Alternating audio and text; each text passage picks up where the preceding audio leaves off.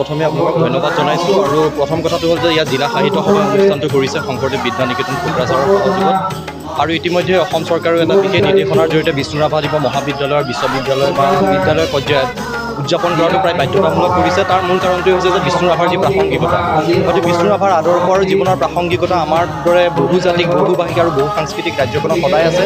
আৰু বিষ্ণু ৰাভাৰ আদৰ্শৰ প্ৰধান প্ৰাসংগিকতা সেইটোৱে আজিৰ প্ৰেক্ষাপটত, যি ধৰ্মীয় সাম্প্ৰদায়িকতা চিন্তাৰ বিপৰীতে এক বৰ অসম বা বৃহৎ জাতি গঠনৰ যি সহাৱস্থান কৰাৰ যি দৰ্শন, এই দৰ্শনটো হয়তো বিষ্ণু ৰাভাৰ আদৰ্শই আমাক বাৰে বাৰে দি আহিছে।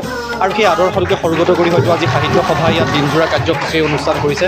ইতিমধ্যে আপোনালোকে গম পাইছে ৰাতিপুৱা ছাত্ৰ ছাত্ৰীসকলৰ মাজত চিত্ৰাংকন প্ৰতিযোগিতা হৈ গৈছে, আৰু ইয়াৰ পাছত এটা বক্তৃতা অনুষ্ঠানৰ আয়োজন কৰা হৈছে। আৰু ছাত্ৰ ছাত্ৰীসকলৰ মাজত বিভিন্ন ধৰণৰ গীত মাতৰ সাংস্কৃতিক অনুষ্ঠানো ৰখা হৈছে।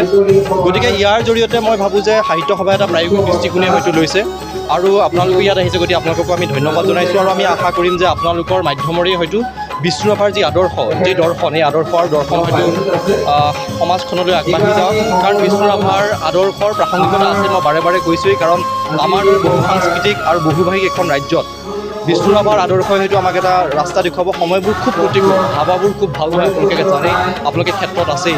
গতিকে এই সময়বোৰত হয়তো আমাক ৰাস্তা দেখুওৱাৰ বাবে বিষ্ণু ৰাভাৰ এটা হয়তো আমাৰ বাবে সূৰ্য হ'ব পাৰে। এতিয়া বিষ্ণু ৰাভাৰ আভাই আমাক ৰাস্তা দেখুৱাওক। আৰু বিষ্ণু ৰাভা বুলি ক'লে মই এটা কথাই ক'ব পাৰোঁ যে অসমত হয়তো এনেকুৱা মানুহ আৰু আহিব নাই গম নাপাওঁ, যিজন মানুহে 2000 বিঘা মাটি দান দি পেলাই নিজেই লাষ্টত ঘৈণীয়েকৰ দখনা পিন্ধিবলগীয়া হৈছিল, তেনেকুৱা এজন ত্যাগী গুৰু। আৰু আমাৰ অঞ্চলৰ লগত তেওঁ সম্পৰ্ক আছে, তেওঁ দতমাৰ বিধায়ক আছিল, আপোনালোকে গম পায়। আৰু তেওঁক যেতিয়া এৰেষ্ট কৰা হৈছিল, তেওঁৰ এজন বড়ো যুৱক, যেতিয়া তেওঁৰ হাতত হাতকেৰেয়া লগাব পৰা নাছিল, তেওঁ ইমান সুঠাম সবল এজন ব্যক্তি আছিল।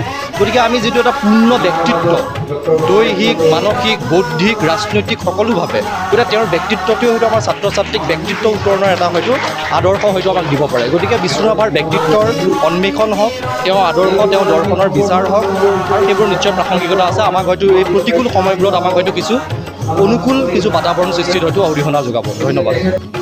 সাংবাদিক বন্ধুসকল, আজি কলাগুৰু বিষ্ণু ৰাভা দিৱস।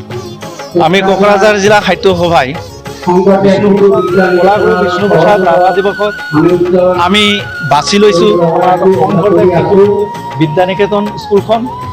কাৰণ আমি কোকৰাঝাৰ জিলা সাহিত্য সভা, কোকৰাঝাৰ জিলা শাখা সাহিত্য সভাৰ উদ্যোগত আৰু সহযোগত আজি আমি ইয়াত অনুষ্ঠানটো পাতিছোঁ।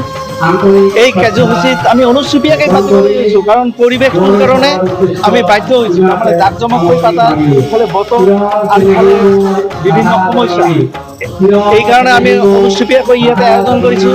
আজি আয়োজনত হ'ল কি, আমি পতাকা উত্তোলন, স্মৃতিচাৰণ, তাৰপিছত প্ৰতিচ্ছবি মাল্য অৰ্পণ, চিত্ৰাংকন প্ৰতিযোগিতা, তাৰপিছত এতিয়া আমাৰ মূৰ্তি সভা অনুষ্ঠিত হৈ আছে। ইয়াৰ উদ্দেশ্যটো হ'ল যে অসমৰ কলা কৃষ্টিৰ ওপৰত এটা স্বাভাৱিক ভাবুকি আহি পৰিছে।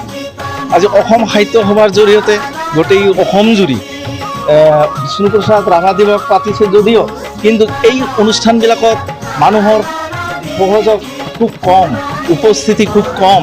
এই অনুষ্ঠানবিলাক পাতাৰ কাৰণে মানুহ আগ্ৰহী নহয়। আৰু এইটোৱেই যদি পৰম্পৰা চলি থাকে, এটা সময়ত আমাৰ কলা কৃষ্টি সংস্কৃতিৰ ওপৰত বিৰাট এটা ভাবুকি অহাৰ সম্ভাৱনা আছে। সেইকাৰণত আমি নামনি অসমত বিশেষকৈ এটা গুৰুত্ব দিছোঁ। আমি এই অনুষ্ঠানবিলাকৰ জৰিয়তে আমাৰ উঠি অহা প্ৰজন্মক কেনেকৈ আমাৰ ভাষা হওক, কলা কৃষ্টি সংস্কৃতিৰ ওপৰত মানে আগ্ৰহ জন্মাব পাৰোঁ, সেইটো আমাৰ মূল উদ্দেশ্য। এতিয়া চাওক, আজি অসমীয়া ভাষাৰ কলা কৃষ্টিৰ ক্ষেত্ৰত জ্যোতিপ্ৰসাদ আগৰৱালা, বিষ্ণু প্ৰসাদ ৰাভা, সুধাকণ্ঠ, ভূপেন হাজৰিকাক বাদ দি আমি কোথায় মানে চিন্তাই কৰিব নোৱাৰোঁ। গতিকে বিষ্ণু ৰাভা দিৱসটোৰ জৰিয়তে, এই অনুষ্ঠানটোৰ জৰিয়তে আমি ল'ৰা ছোৱালীসকলক, ষ্টুডেণ্টসকলক, আমাৰ উত্তৰ পুৰুষক অলপ ভাষা কলা কৃষ্টি সংস্কৃতিৰ প্ৰতি ধাউতিটো অনাৰ কাৰণে আমি আচলতে এই অনুষ্ঠানবিলাক আমি অনুষ্ঠিত কৰিছোঁ। আৰু এইটোৱেই আমাৰ উদ্দেশ্য। লগতে আমাৰ সাধাৰণ ৰাইজ আজি ভাষা কলা কৃষ্টি সংস্কৃতিৰ ওপৰত একেবাৰে উদাসীন, এইবিলাক চৰ্চাও নকৰে, জানিবও নিবিচাৰে। যাতে এইবিলাক অনুষ্ঠানৰ জৰিয়তে আপোনালোকৰ মাধ্যমেৰে প্ৰচাৰ কৰি পেলাই যাতে এইবিলাক বিষয়ে আমাৰ এই দিৱসবিলাক যাতে আমি উদযাপন কৰি ৰাইজক জাগ্ৰত কৰিব পাৰোঁ, আমাৰ ভাষা কলা কৃষ্টিক ৰক্ষণাবেক্ষণ দিব পাৰোঁ ভৱিষ্যতে, এইটোৱেই আমাৰ উদ্দেশ্য।